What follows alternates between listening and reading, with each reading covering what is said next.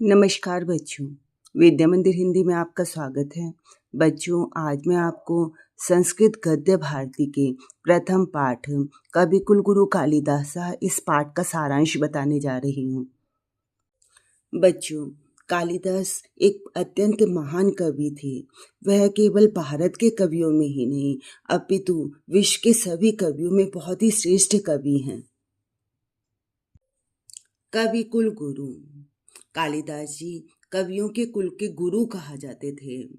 महाकवि कालिदास संस्कृत के कवियों में मुकुटमणि हैं। वे केवल भारत के ही नहीं अपितु विश्व के उत्कृष्ट कवियों में से एक हैं। उनकी कीर्ति कौमुदी देश देशांतरों में फैली हुई है। भारत देश में जन्म लेकर अपने कवि कर्म से संस्कृत भाषा को अलंकृत करते उनका केवल भारतीय कवि के रूप में ही नहीं बल्कि विश्व कवि के रूप में आदर किया जाता है। मतलब यह सभी जगह बहुत ही सम्माननीय है, अत्यंत आदरणीय है। हम भी उनकी रचनाओं को देखकर आश्चर्य में पड़ जाते हैं कि वास्तव में वह कितने उत्कृष्ट कवि थे। जन्म, समय एवं स्थान। देखिए बच्चों, आज हमारे जो भी कवि, लेखक आदि जो भी अपनी रचना करते हैं उसमें प्रारंभ में अपने जन्म का समय, स्थान आदि सब कुछ बताते हैं। परंतु हमारे कवि कालिदास जी ने कहीं पर भी अपनी रचना में अपना जन्म का समय एवं स्थान के बारे में कुछ भी नहीं बताया है। लोग अपनी जानकारी के हिसाब से उनका जन्म, समय और स्थान अलग अलग बताते हैं।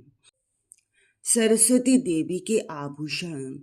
कवि शिरोमणि कालिदास का जन्म किस प्रदेश में, किस काल में और किस कुल में हुआ, यह सब बातें आज भी विवाद का विषय बनी हुई हैं। मतलब लोग आज भी इस विषय में बिल्कुल कंफर्म नहीं हैं, बल्कि उसके विषय में आज भी विवाद होता रहता है। विद्वानों द्वारा इनका समय ईसा पूर्व प्रथम शताब्दी से लेकर ईसा की छठी शताब्दी तक निर्धारित किया गया है। इनके जन्म स्थान के विषय में भी विद्वान एक मत नहीं है। मतलब इनका जो जन्म स्थान है, कोई भी विद्वान उनमें एक मत नहीं है। कुछ अपने जहाँ जहाँ रहते हैं उस हिसाब से उनका जन्म स्थान वही बताते हैं। भिन्न भिन्न विद्वानों द्वारा कश्मीर, बंगाल, विदर्भ तथा उज्जैनी को इनका जन्म स्थान सिद्ध किया गया है। मतलब कश्मीर में रहने वाले लोग उन्हें कश्मीर का बता देते हैं, बंगाल वाले बंगाल का, विदर्भ वाले विदर्भ का और उज्जैनी को भी इनका जन्म स्थान माना गया है। समीक्षकों के मतानुसार कालिदास उज्जैनी में उत्पन्न हुए थे। उज्जैन के प्रति कवि का अत्यधिक प्रेम इस बात की पुष्टि करता है। मतलब इनकी जो रचनाएं हैं उसमें इनका उज्जैन का प्रेम दिखाई देता है। उससे लगता है कि यह उज्जैन में ही पैदा हुए थे। रचनाएं। कालिदास की प्रमुख रचनाएं इनके महाकाव्य, इनके खंड काव्य तथा इनके नाटक थे। देखिए, महाकवि कालिदास ने अनेक उत्कृष्ट ग्रंथों की रचना की। रघुवंश और कुमार संभव उनके दो महाकाव्य हैं। इनके दो महाकाव्य थे, रघुवंश और कुमार संभव, बहुत ही ज्यादा प्रसिद्ध। मेघदूत और ऋतु संहार ये दो खंड काव्य हैं। मालविकाग्निमित्रम, विक्रमोर्वश्यम तथा अभिज्ञान शाकुंतलम तीन नाटक हैं। इन सभी रचनाओं में इनका अभिज्ञान शाकुंतलम नाटक विश्व साहित्य की सर्वोत्तम रचना मानी जाती है। मतलब बहुत ही ज़्यादा प्रसिद्ध है इनका नाटक अभिज्ञान शाकुंतलम।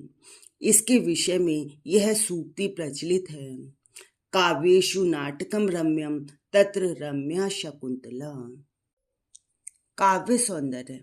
कालिदास ने अपनी रचनाओं में काव्योचित गुणों का सुंदर चित्रण किया है। जब हम कालिदास की रचनाएं देखते हैं तो उसमें काव्योचित गुणों को देखकर मन प्रसन्न हो जाता है। कालिदास के काव्यों में मुख्य रस श्रृंगार है। उसकी पुष्टि के लिए करुण आदि अन्य रस सहायक रूप में है। मतलब मुख्य रस क्या है, वो है श्रृंगार, और उसके साथ साथ अन्य रस भी हैं, करुण आदि। रस के अनुरूप कहीं प्रसाद गुण और कहीं माधुर्य गुण उसके काव्य में के विकास में सहायता करता है। वैदर्भी रीति कालिदास की वाणी के वश में हुई सी सब जगह अनुकरण करती है। मतलब वैदर्भी रीति जो है वो तो ऐसा लगता है कि कालिदास की वाणी में बिल्कुल समाई हुई है। अलंकारों की योजना में कालिदास अनुपम है, उपमा कालिदासस्य है। यह कथन उपमा अलंकार की योजना में कालिदास की विशेषता बताता है। वास्तव में कालिदास अतुलनीय कवि हैं। संस्कृत के कवियों में कोई भी कवि कालिदास की तुलना नहीं कर पाया है। कालिदास की किसी प्रेमी ने ठीक ही कहा है, पुरा कवि नाम गणना प्रसंगे कनिष्ठिका अधिष्ठित कालिदासः अद्यापि तत्तुल्य कविः अभावाद अनामिका सार्थवती बभूव। जब प्राचीन काल के कवियों की गणना की जाती है तो कालिदास को कनिष्ठिका पर अधिष्ठित किया जाता है, और आज भी तत्तुल्य कवि अभावात उनके समान कवि के अभाव के कारण अनामिका सार्थक हुई है। बच्चों, अब अगली वीडियो में मैं आपको उद्भिज्ज परिषद इस पाठ का सारांश बताऊंगी। मुझे उम्मीद है कि आज आपको कवि कुलगुरु कालिदास इस पाठ का सारांश अच्छी प्रकार से समझ आया होगा।